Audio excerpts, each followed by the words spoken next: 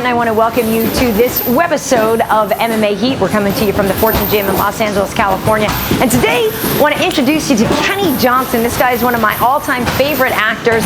He played Lem in The Shield. He played Cossack on Sons of Anarchy. He's been in a ton of other shows and lots of movies as well. Now, I first met him at the first UFC on Fox show. He was coming down the red carpet, and I basically accosted him. Turns out he's a huge fight fan, so we brought him here to Fortune Gym to train one time, and then we also went over to the Village Idiot for some drinks, and we had a nice talk about how MMA and the philosophy of MMA carries over into what Kenny does for a living. Take a look. I'm here with Kenny Johnson, and we're at the Village Idiot in Los Angeles, California, and Kenny is a big fight fan. And so it's fun to just get together and talk with you. And we have trained together, which you guys will see bits and pieces of. Oh, look at the guns! I got my tickets to the gun show.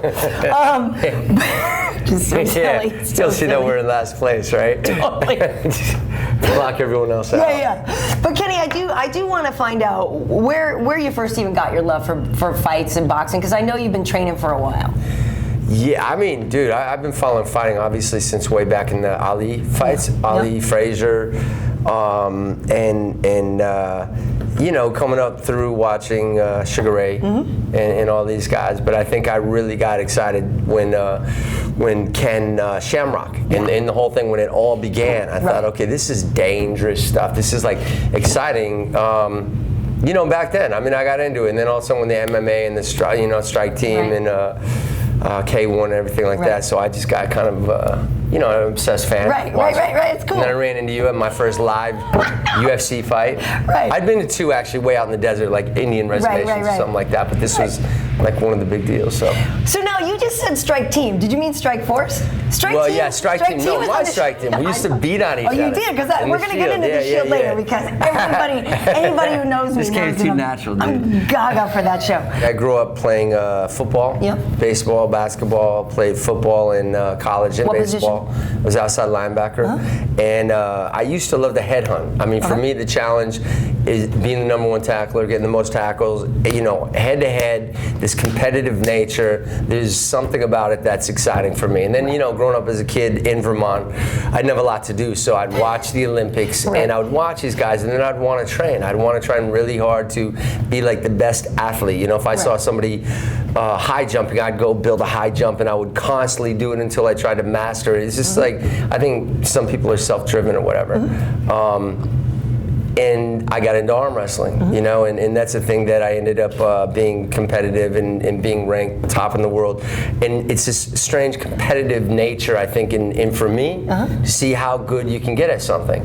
So, you know, I mean, fighting for me is insanely, you know, it feels like I'm watching the gladiators from back in the day. You know, you get the best of the best, the best of the boxers, the grapplers, of the you know, jiu-jitsu, of, you know, everything combined, and you never know on one given day and one given moment what could happen.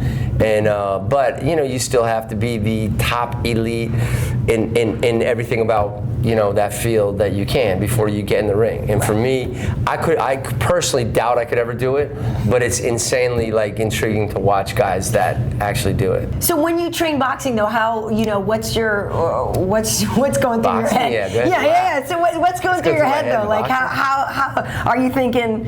You know, I'm going to take this as you know, I know you take it seriously and stuff like, but how far do you want to go with it if you're so into self-challenging? So how far are you going to go? How far am I going to go?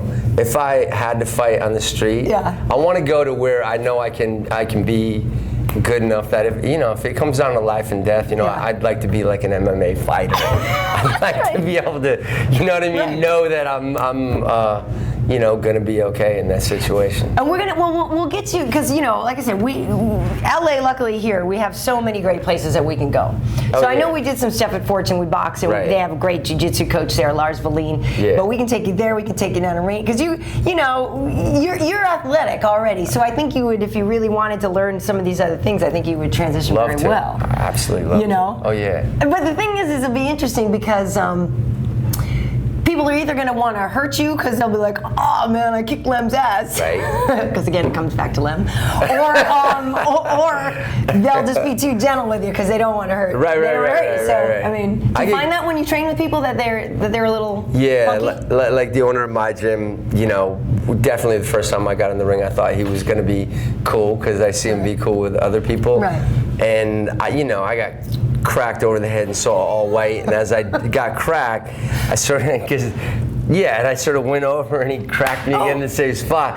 I'm like, whoa, what the fuck, man? I'm like, what is this? It's like, you know, I know you're a pro, dude. Right, I'm just like my first time in the ring. It's like, but it's like, you know, tough love is kind of good too because I got that in my head. So then when I'm working on stuff, I'm seeing that. Yeah. And I'm seeing that, okay, I'm not going to let that happen again. So I think it's kind of cool. So yeah, I mean, I was in Kung Fu Sun Tzu for like 3 years and it was the same thing. You know, I mean, I just walk in there like, everybody gets to pick who they want. So the black belts, all the big Russian guys, like I pick you know, I'm like, okay, and lift me over their head, literally drop me on their knees and do these things where I was just jacked up and I'd be like, wanting to fucking kill them, you know? Right. I'm like, are you kidding me? It's like, you know, so it was like, then I realized that I have to learn this other stuff in order to, well, no, see, but in that, it was like they get to attack you, then you attack them. Right. So if you go through them, you know, and usually they're not supposed to actually go through and drop you. Exactly, no, that's not. You know what I mean? Yeah. Our teacher just actually, the whole class would go by and he'd just be like, that was it. I'm like, you know, I get fucking beat on and he'd just be like. But you know, I mean, I could see why people would, because then they get to go home and they have a story to brag about. Yeah. How do you think the training and the discipline of fighting or affects your ability to act, or how is it kind of crossed over into what you do for a real job? I mean, for me, I love it. I mean, I look at somebody like Tom Cruise. He does all of his own stunts, you know. I've never had a stuntman do anything for me. Not that I'm like a stuntman, but I watch them do it. I'm like, no. I can do it much better than that, you know. I can fight better than that. I can run. Oh yeah. You know, and I'm like, if they're gonna get it on screen, they're not gonna go for me to this like kind of like, you know, where the head is covered. Sorry, fucking, you know, version of me going, and then back to me. Do you have a butt double though for sex scenes? No. No. You've been doing good work. I don't. Yeah. So I mean, I think it's great. I mean, you look at, you know, the more you can do, the better. How was this last season of Sons of Anarchy for you? Bittersweet. You know. It was good. It started out great, and I was really excited. There was like a 8 or 9 episode arc that I was going to do out of 13, and then I got prime suspect. So.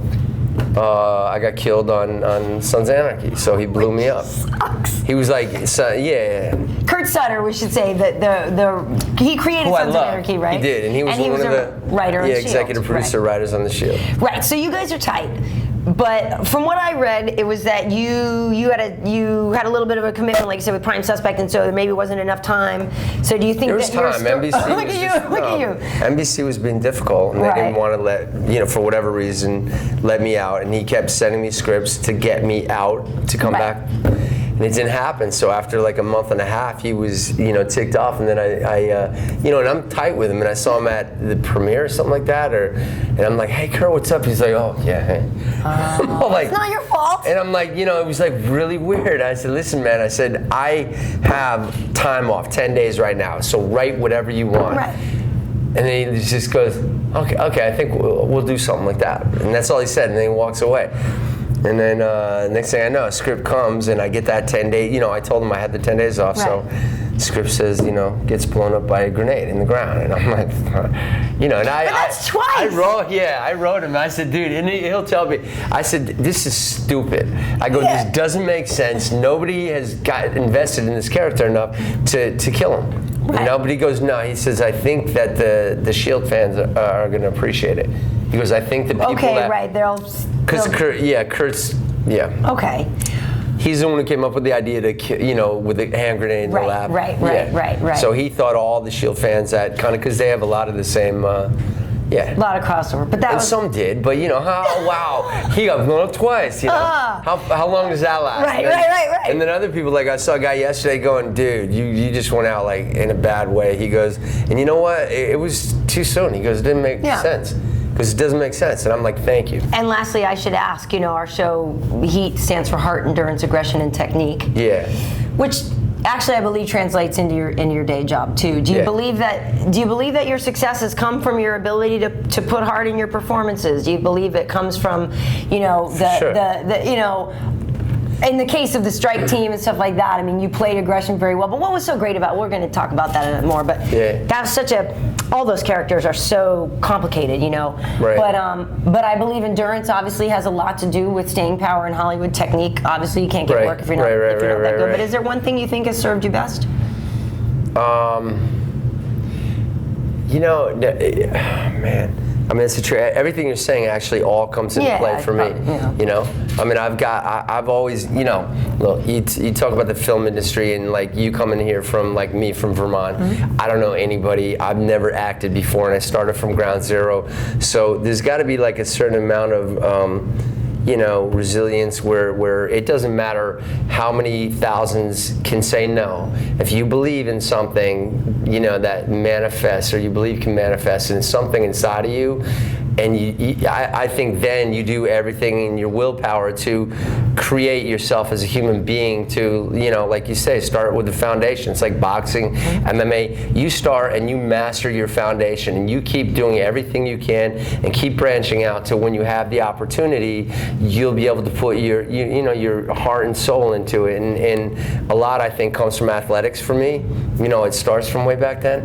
And I like to try to do everything I can to master that one thing that I want to be good at. And every day that I go, if I don't have an audition, it doesn't matter, because I'll get up, I'll try to eat right, I'll train, I'll prepare myself mentally, physically, and spiritually every day for when that does come up, that I kind of like kind of like seamlessly go into that, as opposed to like panic and go, oh my God, there's an audition, what do I have to do to make this work? You kind of become one with the whole thing. Right. So you know, I think it's a lot of things. It's not one particular thing. But what you do need is not to listen to anybody else, you know?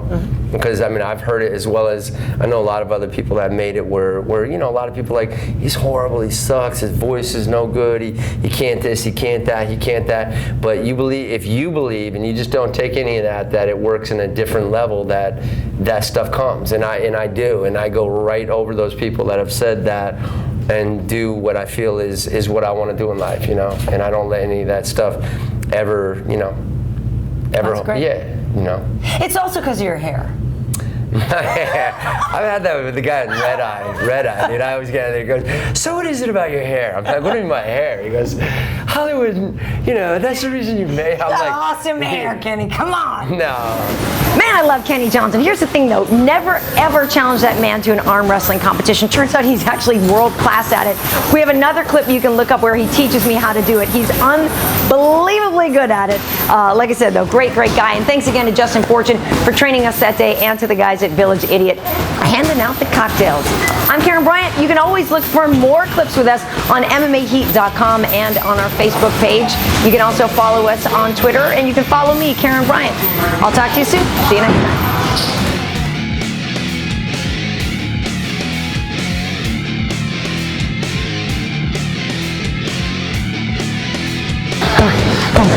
Come on.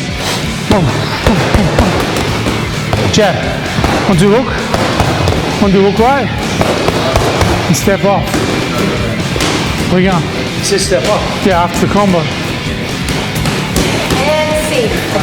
There's no stage exit. It's look. 1, 2, hook right. Step off. Okay. He did. He totally was like. It's like, thank you. I'll be here all day.